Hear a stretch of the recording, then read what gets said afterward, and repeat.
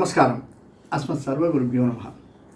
இது நமது உலகம் சேனல் நேயர்களுக்கு வேங்கடம் ராம்நாராயண் அன்பு கலந்த வணக்கங்கள்.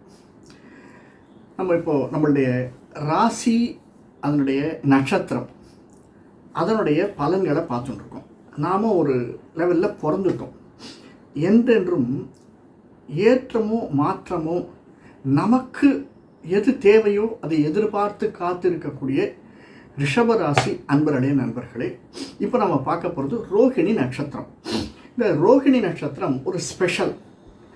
எல்லா நட்சத்திரமும் ஸ்பெஷல், எல்லா ராசியும் ஸ்பெஷல். ஏன் தெரியுமா? ஒவ்வொரு ராசியிலையும் நாம் பிறந்திருக்கோம். எந்த ராசியில் நாம் பிறந்திருக்கோமோ அந்த ராசி ஸ்பெஷல் தான். இன்னி வரைக்கும் we have to thank God. நம்ம அவ்வை பாட்டி சொன்ன மாதிரி கூன் குருடு செவிடு பேடு இல்லாமல் வாழறதுக்கு நிச்சயமாக கடவுளுடைய அருள். நாம் கேட்டு எதுவுமே வரல சார். ஏதோ நம்ம கை காலோ மூஞ்சோ அம்மா அப்பாவோ எதுவுமே இல்லை. அதே மாதிரி தான் நம்மளுடைய ஜாதக கட்டம். நாம் கேட்டு ஜாதக கட்டம் இல்லை. பூர்வ புண்ணிய பலன் அப்படின்னு சொல்கிறோம் சனாதன தர்மத்தில். அதனுடைய பலனாக கூட இருக்கலாம். அந்த மாதிரி நமக்கு வரக்கூடியது தான் நம்முடைய கட்டம்.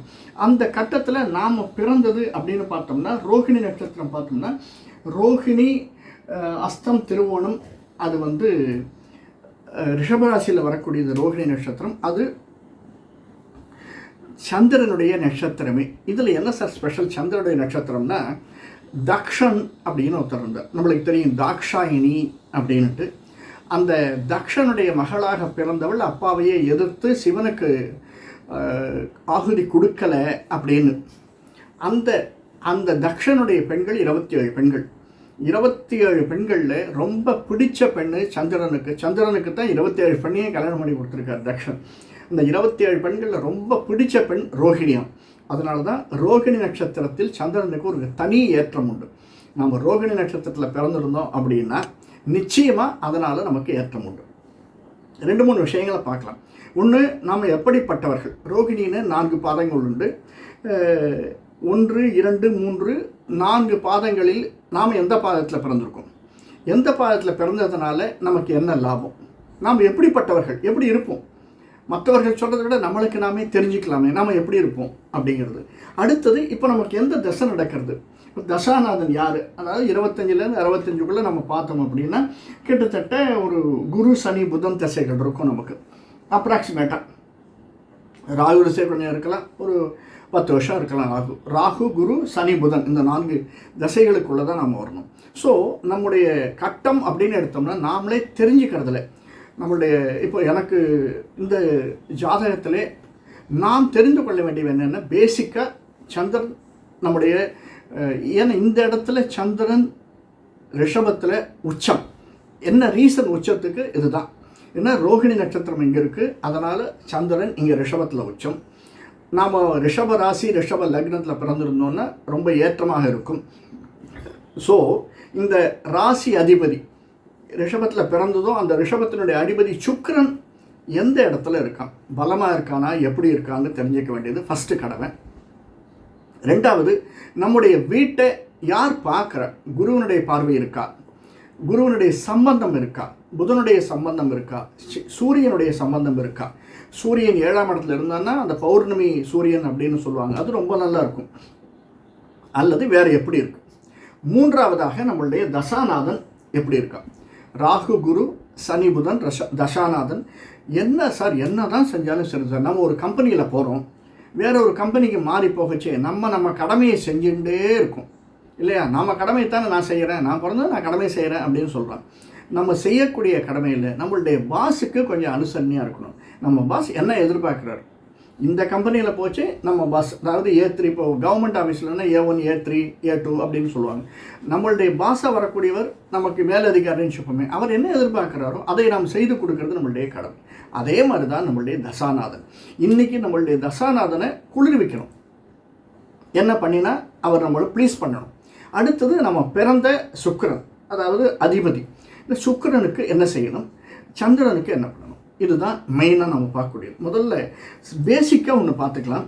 அதாவது ரிஷப ராசி, ரிஷபம் அப்படின்னு சொன்னாலே எப்படிப்பட்டவர்கள், we are very loving and kind enough. ரொம்ப அன்பாக இருக்கக்கூடியவர்கள், ரொம்ப அமைதியாக இருக்கக்கூடியவர்கள், எல்லா விதத்துலேயும் கொஞ்சம் சியர்ஃபுல்னே சொல்லலை. ஏன்னா கொஞ்சம் பணம் பரளக்கூடியவர்கள் கையில்.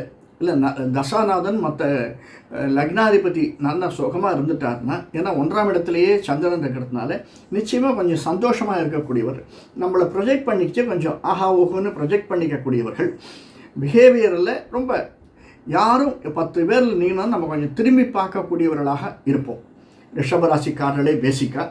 அது தவிர நம்மளுக்குன்னு ஒரு கலர், சில பேருக்கு அதிகமாக பெண்களாக இருந்தால் பிங்க் கலர் ரொம்ப பிடிக்கும் ரிஷபராசிக்காரர்களுக்கு.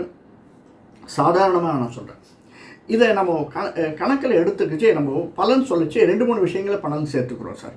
அதாவது இது என்ன ராசி, ஸ்திர ராசியா, சரராசியா, உபயராசியா, அதற்கடுத்தது எந்த இடம் நமக்கு பேஸ், அது நெருப்பா, நீரா, நிலமா, காற்றா, இது இப்படியெல்லாம் எல்லாத்தையும் கனெக்ட் பண்ணி தான் நம்ம வந்து ஒரு இந்த கடைசியில் நம்ம என்ன தேவை, என்ன செஞ்சால் நம்ம கொஞ்சம் முன்னாடி வரலாம் அப்படின்றத பார்க்க போகிறோம். பரிகாரம்னு சொல்லலாம், பரிகாரமாக இல்லை. நமக்கு எப்பயுமே கொஞ்சம் இறக்க குணம் ரொம்ப ஜாஸ்தி சார். அதனால் நம்ம நிறைய இடத்துல ஏமாந்து இருக்கோம்னு வச்சுக்கோங்க. ரிஷபராசிக்காரர்கள் பேசிக்காகவே கொஞ்சம் இறக்க குணம் உண்டு, ஏமாற்றுதலும் உண்டு. அதிகமாக மற்றவங்க ஏமாற்றி போகிறது நம்மளை தான் அதிகமாக இருக்கும். நம்மளை நாமே சில சமயத்தில் கண்ட்ரோல் பண்ணிக்க முடியாது சார். சில சந்தர்ப்பங்களில் வார்த்தையை விட்டு விடுவோம். புதன் நமக்கு 2ஆம் இடம், அந்த புதன் சரியாக இருந்தார்னா ஓகே. வேறு எந்த இடத்துல இருந்தாலும் 3, 6, 8 இந்த மாதிரி இடங்களில் இருக்கக்கூடியவர்களாக, ராகு கேது சம்பந்தம் இருக்கக்கூடியவர்களாக, செவ்வாய் அல்லது சனி சம்பந்தம் இப்படியெல்லாம் இருந்ததுன்னா அந்த நமக்கு கொஞ்சம் கண்ட்ரோல், நாக்கில் கண்ட்ரோல் இருக்காது.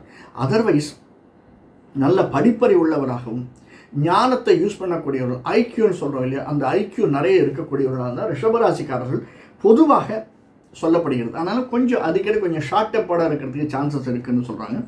நம்மளுக்கு அதிகமாக இந்த கலையில் ஈடுபாடுகள் அதிகமாக இருக்கும். பேசிக்காக ரிஷபராசிக்காரர்களுக்கு கலை, ஆர்ட்டோ, பெயிண்டிங் வரைகிறதோ, அல்லது ஒரு நாட்டியம் ஆடுறதோ, நாடகம் ஆடுறதோ, இந்த மாதிரி ஒரு நாடகம் போடுறதோ, இந்த மாதிரியெல்லாம் சினிமா அதிகமாக சினிமா துறையில் பார்க்குறதுன்னா பேக் எண்டில் இருக்கிறவங்களுக்கு அந்த கலை அது அதிகமாக இருக்கும். நாட்டிய கலை அதிகமாக இருக்கும், அல்லது நம்ம இதில் இயல் இசை நாடகம்னு சொல்லுவோம், அதில் எதுலையா உள்ள ஈடுபாடு அதிகமாக இருக்குது. இப்படி இருக்கக்கூடியவர்கள் தான் பேசிக்காக ரிஷபராசிக்காரர்கள். இதில் சாரி எல்லாமே ப்ளஸ்ஸாகவே சொல்லிட்டீங்களா, மைனஸ் இருக்குன்னா மைனஸ் இருக்குது, இல்லைன்னு இல்லை. அதுதான் நான் சில சமயத்தில் டெம்பரை லூஸ் பண்ணக்கூடிய இது. மற்றவர்களை பார்த்து நம்ம அதிகமாக பொறாமப்பட மாட்டோம், ஆனால் நம்மளை பார்த்து மற்றவன் பொறாமப்படுறான்னு நம்மளுக்கு தெரியும், ஆனால் அவன் மேலே ஒரு வெறுப்பை காட்டுவது. அந்த மாதிரி ஒரு சில சந்தர்ப்பங்களில் பிடிச்ச காலுக்கு பிடிச்ச முயலுக்கு 3 கால்னு நிற்கிறது, இதெல்லாம் மைனஸ் பாயிண்ட்டு. நம்மளுக்கு வந்து ரொம்ப நெக் பெயின் வர்றதுக்கு சான்சஸ் அதிகமாக இருக்குது. Shoulder pain, neck shoulder pain வர்றதுக்கு. அதே மாதிரி இடுப்பு, பேசிக்காக கடைசி முதுகெலும்பு இருக்குல்ல, கடைசி எலும்பு, அந்த சம்பந்தமான சில பிரச்சனைகள் வருவதற்கு சாத்தியங்கள் அதிகமாக இருக்குது. அக்யூட் அண்டு சில சந்தர்ப்பங்களில் நமக்கு வந்து கிளாண்ட் சந்தர்ப்பமாக சான்சஸ் அதிகமாக இருக்குது. சந்திரன் இருக்கிறதுனால, இங்கேயே ரிஷபராசியிலே சந்திரன் இருக்கிறதுனால, அந்த ராசி நாதனாக இருக்கக்கூடியதுனால, ராசிநாதன் வந்து சுக்கிரன், அதனால் சில சந்தர்ப்பங்கள் நமக்கு வயல்வெளியில் விவசாயத்தில் ஈடுபாடு, நீரில் ஈடுபாடு இருக்கக்கூடியதா, நீர் சம்பந்தமான விவசாயத்தில் ஈடுபாடு இருக்கக்கூடியதாக அதிகமாக இருக்குது. அதுக்கடுத்து அந்த விவசாயம் அப்படின்னா நீர் சம்பந்தது, நிலம் சம்பந்தப்பட்டதுனால நமக்கு வந்து நெருப்பு, நிலம், அதனால் நமக்கு வந்து சில சந்தர்ப்பங்களில் நம்மளுடைய தசாநாதனை பொறுத்து அல்லது மற்ற கிரகங்களை பொறுத்து ரியல் எஸ்டேட் துறையில் வேலை செய்பவர்களாக, அதில் ஈடுபடுபவர்களாக, அல்லது கன்ஸ்ட்ரக்ஷன் துறையில் ஈடுபடுவர்களாக இருப்பதற்கு சான்சஸ் அதிகமாக இருக்குது. நமக்கு வந்து இந்த சில பேருக்கு சில கிளாண்ட்ஸ் அதிகமாக வளர்கிறதுக்கு, அதனால் உபாதைகள் ஏற்படுவதற்கு சந்தர்ப்ப சூழ்நிலைகள் அதிகமாக இருக்குது. இஎன்டி அப்படின்னு சொல்லுவோம், இயர், நோஸ், த்ரோட், அந்த விஷயமாக நமக்கு பிரச்சனைகள் வருவதற்கு சான்சஸ் அதிகமாக இருக்கின்றது. இது வந்து பொதுவாக ரிஷபராசிக்காரர்களுக்கு. சார் இதெல்லாம் நம்மளுக்கு இருக்குது, இதெல்லாம் நம்ம ஏன் சொல்கிறேன் அப்படின்னா, இப்படிப்பட்டவர்கள் நாமும், ஆனாலும் இதில் கொஞ்சம் ஸ்பெஷலைசேஷன் சொல்கிறோம் இல்லையா, அதுதான் ரோகிணி 1, 2, 3 பாதங்கள். அந்த ஸ்பெஷலைசேஷன் நம்ம பார்க்கலாம். நமக்கு 1, 2 பிடிச்சிருக்கும் சார். சில பேருக்கு சில விஷயங்கள் பிடிச்சிருக்கும், சில பேருக்கு சில பறவைகள் பிடிச்சிருக்கும், சில பேருக்கு நம்ம நினைக்கிறோம் பாம்பு பிடிச்சிருக்கும், தெரியுமா? அந்த பாம்பு சம்பந்தப்பட்டவர்களாக சில பேர் இருப்பார்கள். பாம்பு பிடிச்சிருக்கும், என்னமோ தெரியாது, பாம்பை பிடிச்சி விளையாடுறது. நீங்கள் கிராமத்தில் போனீங்கன்னா அவன் பூனையை பார்த்தா பயப்படுவான், ஆனால் பாம்பை கையால் பிடிச்சிருவான். அந்த மாதிரி ஒரு பாம்பு அதெல்லாம் ஏன் அப்படிங்கிறது நம்ம காரியம் பார்க்கலாம். ஃபஸ்ட்டு ரோகிணி நட்சத்திரத்தில் ரோகிணியினுடைய முதல் பாதத்தில் நம்ம பிறந்தவர்களாக இருந்தால் எப்படி இருக்கும்? ரிஷபராசிலேயே ரோகிணி முதல் பாதத்தில் பிறந்தவர்களாக இருந்தால் கொஞ்சம் ஆசை அதிகம் கொண்டவர்களாக இருப்போம் அப்படிங்கிறது. எல்லா இடத்துலையும் விருப்பம் இருக்கும் சார். ஒரு மலைவாச ஸ்தலத்துக்கு போனால் அங்கே விருப்பம் இருக்கும். ஒரு கடலை பார்த்தோம்னா சீஷோருக்கு போனால் கடலில் விருப்பம் இருக்கும். நம்மளுடைய ஆப்போசிட் செக்ஸ் பார்த்தோம்னா விருப்பம் இருக்கும். இந்த மாதிரி. ஆனால் நம்ம பேசிக்காகவே என்ன சுக்கிரனுடைய வீடுங்கிறதுனால சுக்கிரன் ஸ்ட்ராங்காக இருந்தாங்கன்னா கொஞ்சம் பணம் உள்ளவர்களாக இருப்போம், கனவான்கள் தனவான்களாக இருப்போம், அதே சமயத்தில் கற்றறிந்தவர்களாகவும் இருப்போம், நல்ல நாலெட்ஜபிள் பர்சனாக இருக்கும். ஆனால் என்ன ஒரே ஒன்றுன்னா கொஞ்சம் 50-50 இருக்கும். சந்திரன் இந்த இடத்துல உச்சமாக இருக்கிறதுனால டெசிஷன் எடுக்கிறதுல 50-50 இருக்கும். அதே சமயத்தில் ஊரை சுற்றி பார்க்கணுன்ற ஒரு எண்ணம் இருக்கும். இங்கே போகலாமா, அங்கே போகலாமா, இந்த இடத்த பார்க்கலாமா, அந்த இடத்த பார்க்கலாமா அப்படிங்கிற எண்ணம் சிலருக்கு இருக்கும். அதே சமயத்தில் இன்னொரு முக்கியமான விஷயம், இந்த ரோகிணி முதல் பாதத்தில் பிறந்தவர்கள் அதிகமாக கொடுத்த வாக்கை காப்பாற்றாதவர்களாக இருப்பார். அதாவது எந்த வாக்கு கொடுத்துட்டோம்னா, ஐயோ நான் வாக்கு கொடுத்துட்டோம்பா, அதை நிச்சயமாக காப்பாற்றணும் அப்படின்னு நினைக்கக்கூடியவர்களாக இந்த ரோகிணி முதல் பாதத்தில் பிறந்தவர்களாக இருப்பார்கள்.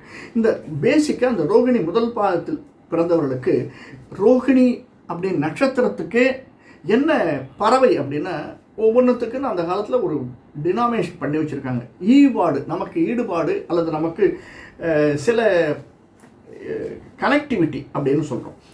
அந்த கனெக்டிவிட்டின்னு வரைச்சி பறவைன்னு வரைச்சி ஆந்தை அப்படின்னு சொல்கிறாங்க. ரோகிணி நட்சத்திரத்திற்கு ஆந்தை. நான் முதல்லயே சொல்கிற மாதிரி நாகம், ஆண் நாகம் ரொம்ப நமக்கு ரொம்ப க்ளோஸாக இருக்கும் அப்படின்னு சொல்கிறாங்க. பாம்பு அல்லது மிருகங்களில் நம்மளுடைய தெய்வமாக வணங்கக்கூடியது. பல பேருக்கு ரோகிணி அப்படின்னாலே ரோகிணி யார் பிறந்த நட்சத்திரம் அப்படின்னு நமக்கு தெரியும். அதனால் மகாவிஷ்ணு தெய்வமாக கொள்ளப்படுகிறது. இந்த மகாவிஷ்ணுன்னு கிருஷ்ணன் இல்லையா? கிருஷ்ணனுக்கு ஏற்றது எது? கிருஷ்ணன் இங்கேருந்து இந்திரலோகம் போய் சத்யபாமாக்காக அங்கேருந்து ஒரு மரமே கொண்டு வந்துட்டார். அவள் கேட்டது ஒரு மலர் தான், ஆனால் அந்த மரத்தையே கொண்டு வந்தது பாரிஜாத மலர். அதனால் ரோகிணி நட்சத்திரக்காரர்களுக்கு பாரிஜாத மலர் ரொம்ப ஏற்றது. இதை குறிச்சிக்கோங்க. நான் கடைசியில் சொல்கிறேன் என்ன ரீசன், பாரிஜாதத்தை எப்படி யூஸ் பண்ணணும் அப்படின்னு, எதனால் பாரிஜாதம் நமக்கு சொல்லப்படுகிறது அப்படின்னு. இப்போது ரோகிணி முதல் பாதம் பார்த்தோம். ரோகிணி முதல் பாதத்திற்கு மரம் என்ன சொல்கிறாங்க? நாவல் மரம்னு சொல்கிறாங்க. ரொம்ப விசேஷமான மரங்களில் ஒன்று சார் நாவல் மரம். ஏன்னா இந்த நாவல் கனி இருக்கு இல்லையா, பார்க்குறதுக்கு ரொம்ப அழகாக இருக்கும். சந்திரனுக்கும் சனிக்கும் நிறைய தொடர்புகள் உண்டு. ஏன் அப்படி சொல்கிறேன்னா, ரிஷபராசிக்காரர்களுக்கு சனி கெடுக்க மாட்டான் அப்படின்னு ஒரு நல்ல ஒரு இது இருக்குது. அது 7 நாள் சனியாக இருந்தாலும் சனி திசை வந்தாலுமே சனி கெடுக்க மாட்டான். ஏன்னா நம்மளுக்கு வர்றது ராகு, குரு, சனி, புதன் திசைகள் தான் இருக்கும். சனி திசை சனி கெடுக்க மாட்டான் ரிஷபராசிக்காரர்களுக்கு. அந்த நாவல் பழம் நீங்கள் பார்த்தீங்கன்னா சனியினுடைய பழத்தை கொண்டதாக இருக்கும். அதாவது நம்ம டார்க் நீளமாக இருக்கும் நாவல் பழம். இந்த நாவல் பழம் என்ன மைனஸ் பாயிண்ட்னா, நாவல் பழத்தை நம்ம சரியாக உபயோகப்படுத்தாமல் சரியாக சாப்பிட்ணுன்னு வச்சுங்களேன், அதை தனியாக சாப்பிட்டோம்னா உடம்பு ஜுரம் வருவதற்கான சாத்தியக்கூறுகளே இருக்குது. அப்படிப்பட்டதொன்று ஈஸியாக நம்மளுக்கு ஜுரத்தை கொடுக்கக்கூடிய பழம் நாவல் பழம். ஆனால் அந்த நாவல் மரத்தை நாம் நட்டோம்னா அது வளர்வதற்குள் நாம் உச்சத்தை தொட்டு விடுவோம். நம்மளுடைய லைஃப்பில் நாம் நினைத்ததெல்லாம் சாதிக்கக்கூடியவர்களாக இருப்போம். இது ரோகிணியினுடைய முதல் பாதம். இதை நான் கடைசியில் எப்படி அதை யூஸ் பண்ணணும்னு சொல்கிறேன். 2வது பாதம் சாதாரணமாக நமக்கு பேசிக்காக இருக்கக்கூடியது, மற்ற ரிஷபராசியினுடைய அத்தனை குணங்களோடு சேர்த்து மெயினாக விளங்கக்கூடியது. நம்ம ரிஷபராசியில் ரோகிணி நட்சத்திரம் 2ஆம் பாதத்தில் பிறந்தவர்களாக நாம் எப்படி இருப்போம்னா, கொஞ்சம் பேசிக்காகவே நல்ல சுபாவம் உள்ளவர்களாக இருப்போம். அதே சமயத்தில் நமக்கு வீட்டில் ஏதாவது ஒன்று செய்யணும் அப்படின்னா அதில் ஈடுபாடு அதிகமாக இருக்கும். புரியல சார் அப்படின்னா, நமக்கு வீட்டில் நம்ம கோயிலுக்கு போகணும், இல்லை நீ காலங்காலில் எழுந்திருக்கணும்டா அப்படின்னு வீட்டில் சொன்னான்னு எழுந்திருப்போம். குழந்தைகளாக இருந்தால், பெண் குழந்தைகளாக இருந்தால் காலங்காலில் வீட்டில் சாணி தெளிக்கணும், மொழுகணும், வீடு மொழுகணும், அல்லது இப்படி தான் ட்ரெஸ் பண்ணணும், கொஞ்சம் ஆச்சாரமாக இருக்கணும் அப்படின்னு சொன்னால் அதை அனுஷ்டிக்கக்கூடியவர்களாக பெரும்பாலானவர்கள் இருப்பார். 100% சொல்ல முடியாது, பெரும்பாலானவர்கள் தான். மேலே சொன்ன மாதிரி பேசிக்காகவே ரோகிணி நட்சத்திரம் அப்படிங்கிறதுனால அந்த நட்சத்திரத்தில் 2ஆம் பாதத்தில் பிறந்தவர்கள் கொடுத்த வாக்கை காப்பாற்றுவர்களாக கொஞ்சம் நீதி, நேர்மை, நியாயம் அதிகமாக பேசக்கூடியவராக இருப்போம். மனசு கொதிக்கும் சார். அந்த ரோட்டில் போகிறவன் வேணாலும் பார்த்தாலே மனசு கொதிக்கும். என்னடா நீ இப்படியெல்லாம் தப்பு பண்ணிட்டு போகிற, குறுக்க வராதரா, நம்ம மனசுக்குள்ளே நாம் திட்டுவோம். அந்த மாதிரி கொஞ்சம் ரொம்ப அது சில சந்தர்ப்பங்களில் நமக்கு கெடுதலையும் விளைவிக்கும். அதை பார்த்துக்கோங்க. அடுத்தது சில பேருக்கு ஈடுபாடு அதிகமாக இருக்கும். ரோஹிணி நட்சத்திரத்தில் பிறந்தவர்களுக்கு இந்த மாந்திரீகம், சாஸ்திரம், சாஸ்திரீகம் இதிலெல்லாம் கொஞ்சம் ஈடுபாடு அதிகமாக இருக்கக்கூடியவர்கள். நம்ம இதில் நம்மளுக்கு அந்த இது இல்லை அப்படின்னா கூட இதில் கேட்குறவங்களுக்கு சார் எனக்கு இந்த இன்ட்ரெஸ்ட் இல்லையே சார் இதில் அப்படின்னு சொன்னால் கூட நம்ம உலகத்தில் இந்த மாதிரி எக்கச்சக்கமான பேர் பிறந்திருக்காங்க. இதே நட்சத்திரத்தில், இதே பாதத்தில். அவர்கள் வெவ்வேறு இடத்தில் இருப்பவர்கள் இந்த மாதிரி எண்ணம் கொண்டவர்களாக இதை இருக்கலாம். அடுத்தது கொஞ்சம் அதிகமாக முன்கோபம் கொண்டவர்களாக இருக்கும். நான் முதல்லயே சொன்னேன், ஏன்னா நீதி நேர்மைன்னு பேசினா டக்குன்னு கோபம் வராதா, அடுத்தவன் ஏதாவது பண்ணான்னா. ஸோ முன்கோபம் கொண்டவர்களாக இருக்கும். அதே சமயத்தில் பெண்களுடன் அதிகமாக பழகக்கூடியவர்களாக இருப்போம். இது ரோகிணி நட்சத்திரத்தினுடைய 2ஆம் பாதம். இந்த 2ஆம் பாதத்துக்கு என்ன சொல்கிறாங்கன்னா மந்தாரை மலர் அப்படின்னு. அதில் சிவப்பு மந்தாரை. சிவப்புங்கிறதே ஒரு அழகானது, ஒரு அட்ராக்டிவானது ஒன்று தான். ஏன்னா நமக்கு பிடிச்சதே 7ஆம் இடத்துக்கு பிடிச்சது அந்த இடத்துல செவ்வாய். அந்த செவ்வாயினுடைய காரகன். அதனால் கணவனோ மனைவியோ விரும்பக்கூடியதாகவும் நாமே விரும்பக்கூடியதாகவும் சிவப்பு மந்தாரை இருக்கும் பேசிக்காகவே. அதனால் இது ரோகிணி நட்சத்திரத்தினுடைய 2ஆம் பாதம். ரோகிணி நட்சத்திரத்தினுடைய 3ஆம் பாதம் எப்படி இருக்கும்? நம்ம சாதாரணமாக ரிஷபராசி அதனுடைய பலன். அடுத்தது ரோகிணி அப்படிங்கிறதுக்காக ஒரு பேசிக் பலன். அதுக்கு அடுத்து மூன்றாம் பாதம். இதில் கொஞ்சம் வித்தியாசமாக பார்க்கணும். இதெல்லாம் தேவையா அப்படின்னு பார்த்தோம்னா, இப்போ நாம் இருக்கிறது இப்போது மெட்ராஸில் இருக்கும் அல்லது கோயம்புத்தூரில் இருக்கும். சென்னையில் தமிழ்நாட்டில் இருக்கச்சே தமிழ்நாட்டினுடைய பண்பாடை நம்ம பின்பற்றுவோம். அந்த தமிழ்நாட்டிலேயே அந்த பண்பாடு நமக்கு வரும். தமிழ் பேசுவோம், தமிழ் கலாச்சாரம் இருக்கும். அதுலேயே ஒரு கோயம்புத்தூரில் இருக்கும், திருநெல்வேலியில் இருக்கும், மதுரையில் இருக்கும், ராமநாதபுரத்தில் இருக்கும், அல்லது செங்கல்பட்டில் இருக்கும். அந்த மண்ணின் மனம் நமக்கு கூடவே இருக்கும். அதற்கு பிறகு நம்முடைய உறவினர்கள் கடைசியில் வரைக்கும் நம்முடைய சுற்றம் சூழலில் வரும். ஒரு நம்முடைய அக்கம் பக்கத்து ஏரியாவில் இருக்கிறவர்களுக்கு என்ன நாம் ஃபாலோ பண்ணுறோமோ அதை அதிகமாக பின்பற்றக்கூடியதாக இருக்கும். அதனால தான் சொன்னோம் ரிஷபராசி ஓவரால். அதற்குள்ளே ஒரு இந்த மாநிலம், அதற்குள்ள மாவட்டம், அதற்குள்ள ஊர். அந்த மாதிரி ரோகிணி நட்சத்திரம். ரோகிணி நட்சத்திரத்தில் 3ஆம் பாதம். 3ஆம் பாதத்தில் பிறந்தவர்கள் கல்வியில் மேல் படிப்பு படித்தவர்களாக இருப்பார்கள்னு சொல்கிறார். மற்றவர்களும் படிப்பார்கள், ஆனால் இவர்கள் மேல் படிப்புக்கு தகுதியானவர்கள். அப்படின்னா என்ன அர்த்தம்? ஞானம் அதிகம் உள்ளவர்களாக இருப்பார்கள். அதனால் என்ன இருக்கும்? மேல் படிப்பு படித்தவனுக்கு கொஞ்சம் திறமை அதிகமாக இருக்கும். கூடவே சில பேருக்கு திமிரு அதிகமாக இருக்கும். அது ப்ளஸ்ஸு, இது மைனஸு. இவர்கள் ரோகிணி 3ஆம் பாதத்தில் பிறந்தவர்கள் பேசிக்காக கணிதத்தில் மேதையாக இருப்பார்கள். கணித மேதையாக இருப்பதற்கு சான்சஸ் அதிகமாக இருக்குது. ஈடுபாடு அதிகமாக இருக்குது. ஃபோக்கஸ் அதிகமாக இருக்கும் சார். அதனால தான் கணிதத்தில் ஈடுபாடுன்னு சொல்கிறோம். ஐக்யூ ஓரியன்ட் அப்படின்றோம். அதனால் இப்போ ஏஐ இப்போ சொன்னோம்னா ஏஐ அதில் ஈடுபாடு அதிகமாக இருக்கக்கூடியவர்களாக இருக்கும். இப்போது ரோகிணி 3ஆம் பாதத்தில் பிறந்தவர்கள் சங்கீதத்தில் நாட்டம் அதிகமாக இருப்பவர்களாக, எஸ்பெஷலி நம்ம முதல்ல பார்த்தோம், ஏன்னா ரிஷபராசி பார்த்தோம், இயலசை நாடகத்தில் அந்த மாதிரி ஒரு ஆர்ட் கலையில் திறமை கொண்டவர்கள். அதுலேயும் 3ஆம் பாதத்தில் பிறந்தவர்கள் இன்னும் சங்கீதத்தில் நாட்டம் கொண்டவர்களாகவும் வேடிக்கை வித்தை காட்டுபவர்களாகவும் சிலர் இருப்பார்கள். இன்னும் சிலர் 2ஆம் பாதம் பார்த்தோம், அது வேற மாதிரி. 3ஆம் பாதம் மாயாஜாலம் செய்பவர்கள் இந்த நட்சத்திரத்தில் பிறந்தவர்கள், இந்த பாதத்தில் பிறந்தவர்களாக இருக்கக்கூடும். சில பேர் ரோகிணி நட்சத்திரத்திலையும் புலவர்களாக இருப்பவர்கள் உண்டு. இது 3ஆம் பாதத்தினுடைய விசேஷம். இந்த 3ஆம் பாதத்தினுடைய மரமாக மலர் சொல்லப்படுகிறது மந்தாரை மரம். 2ஆம் பாதத்துக்கு சிவப்பு மந்தாரை, இதற்கு சாதாரணமான மந்தாரை மரம். இது 3 பாதத்திற்கான ஒரு ரோகிணி நட்சத்திரம். ரோகிணி நட்சத்திரத்திலேயே 4ஆம் பாதம். நான் கடைசியில் என்ன பண்ணணும், என்ன சின்ன விஷயங்கள், அதாவது நம்ம வாழ்க்கையில் இவ்வளோ எதுக்கு சார் பார்க்குறோம், எதுக்கு சார் கேட்குறோம், எதுக்காக கேட்குறோம்? நமக்கு ஏதாவது நல்லது நடக்காதா, நமக்கு ப்ரமோஷன் வராதா, ஒரு எக்ஸ்பெக்டேஷன், நமக்கு ஃபன் போக முடியுமா, நமக்கு அடுத்த கம்பெனியில் ஆர்டர் வராதா, அப்ளிகேஷன் போட்டிருக்கோமே வராதா, இப்போ என்ன தசை நடக்கிறது இல்லையா, இது தானே. அதனால் இது வரைக்கும் யாராவது சப்ஸ்கிரைப் பண்ணலைன்னா சப்ஸ்கிரைப் பண்ணிக்கோங்க, பெல் பட்டனை அழுத்துங்க, லைக் பண்ணுங்கள், பிடிச்சிருந்தேன்னா அடுத்தவங்ககிட்ட ஷேர் பண்ணுங்கள்.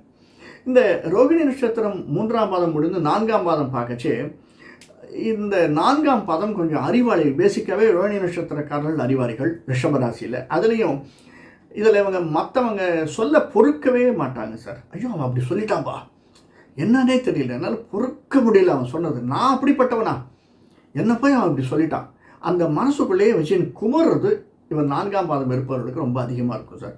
அது மட்டும் இல்லை, ஏன் அப்படின்னா இவங்களுக்கு நீதி நேர்மை ஒரு ஒன்றும் இல்லை, பேங்க்கில் அக்கௌண்ட் கேஷியராக இருக்காங்கன்னா ஒரு 10 ரூபா குறைஞ்சதுன்னா பதற்றம் அதிகமாகிடும்.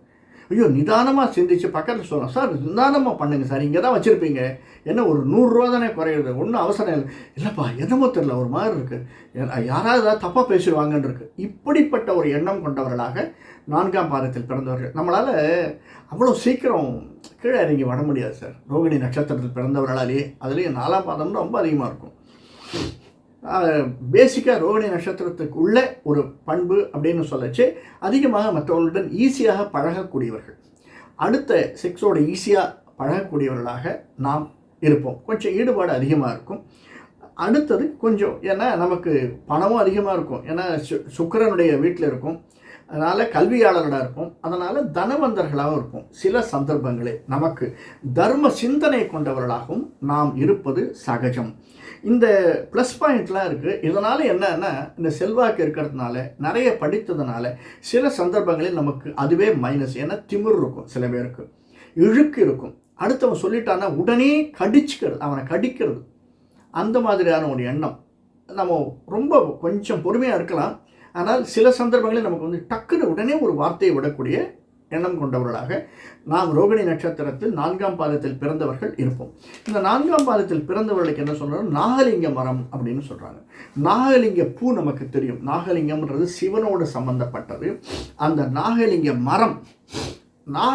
மரம் நமக்கு ரோகிணி 4ஆம் பாதத்தில் பிறந்தவர்களுக்கு ஏற்றமுடையதாக இருக்கும்னு சொல்கிறாங்க. சார் பேசிக்காக நம்ம பார்த்தோம், ஆந்தைன்னு பார்த்தோம், ஆண் நாகம் பார்த்தோம். நமக்கு ரோகிணி நட்சத்திரத்தில் பிறந்தவர்களுக்கு உரிய மிருகமோ அல்லது இதுவோ ஜந்துவோ. பேசிக்காக ரோகிணி நட்சத்திரத்தில் பிறந்தவர்களுக்கு என்ன பாரிஜாத்த மலர் அர்ச்சனை. அதாவது இப்போ நமக்கு நடக்கிறது குரு திசைன்னு வச்சுக்கோங்களேன், சனி திசை, குரு திசை, புதன், இதுதான் பேசிக்காக இருக்கும். ராகு திசை கொஞ்சம் இருக்கும், ஒரு 10 வருஷம் இருக்கலாம். நம்ம சனி திசை ஒன்றுமே சனி நம்மளை கெடுக்க மாட்டான்னு சொல்லிட்டேன். பேசிக்காக இன்னொன்று குரு திசை. நம்மளுக்கு குரு எங்கே இருந்தாலுமே சனி எங்கே இருந்தாலுமே நாம் வந்து இந்த திசையில் இருப்பவர்கள் இதை பண்ணினா பெட்டராக இருக்கும். ராகு திசை என இது வந்து சந்திரனுக்கும் ராகுவுக்கும் ஆகவே ஆகாது. சந்திரன் ராகு நம்மளுக்கு தெரியும், சூரிய சந்திரன் ராகு கேதுன்னு.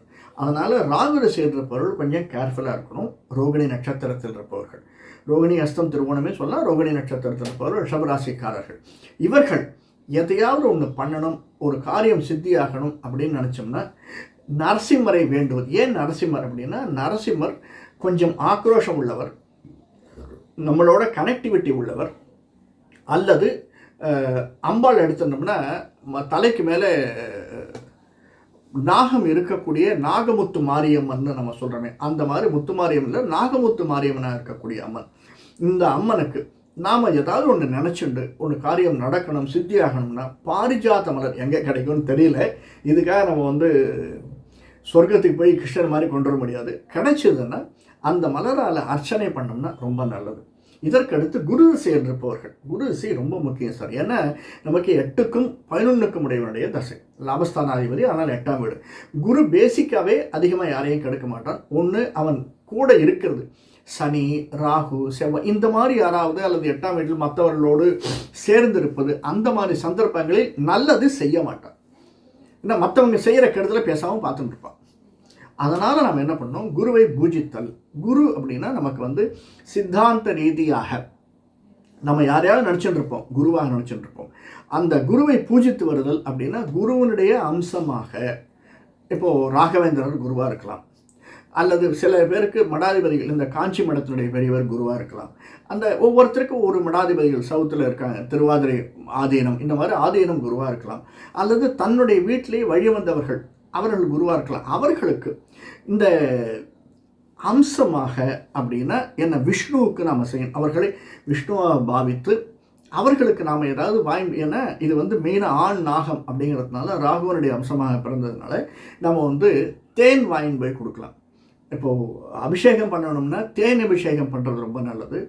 யாரையாவது நம்ம சந்திக்கணும், குருவாக நாம் நினச்சிட்டு இருக்கிற கொண்டு போய் வழங்கணும், அல்லது நமக்கு நல்லது நடக்கணும் அப்படின்னா அந்த இடத்துல நம்ம தேன் வாங்கிட்டு போய் அபிஷேகம் பண்ணுறது அப்படிங்கிறது மிக மிக நல்லது. இதே தான் புதன் திசையில் இருப்பவர்களுக்கும் நம்ம சொல்லணும்.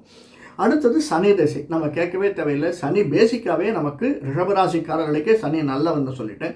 அதுலேயும் சந்திரன் கூட இருக்கக்கூடிய ரோகிணி நட்சத்திரத்தில் பிறந்த நமக்கு சனி அதிகமாக கெடுதல் பண்ண மாட்டான். இருந்தாலும் சனி திசையில் இருப்பவர்கள் என்ன செய்யணும்? பேசிக்காக என்ன பண்ணணும்னா, ஆண் நாகம் அப்படிங்கிறதுனால இந்த நம்மளுடைய ஆந்தை பற்றி ஒன்றுமே சொல்ல முடியாது, என்னன்னு தெரியாது, நமக்கு பார்க்கவே முடியாது, ரைட்டில் தான் அதை பார்க்க முடியும்.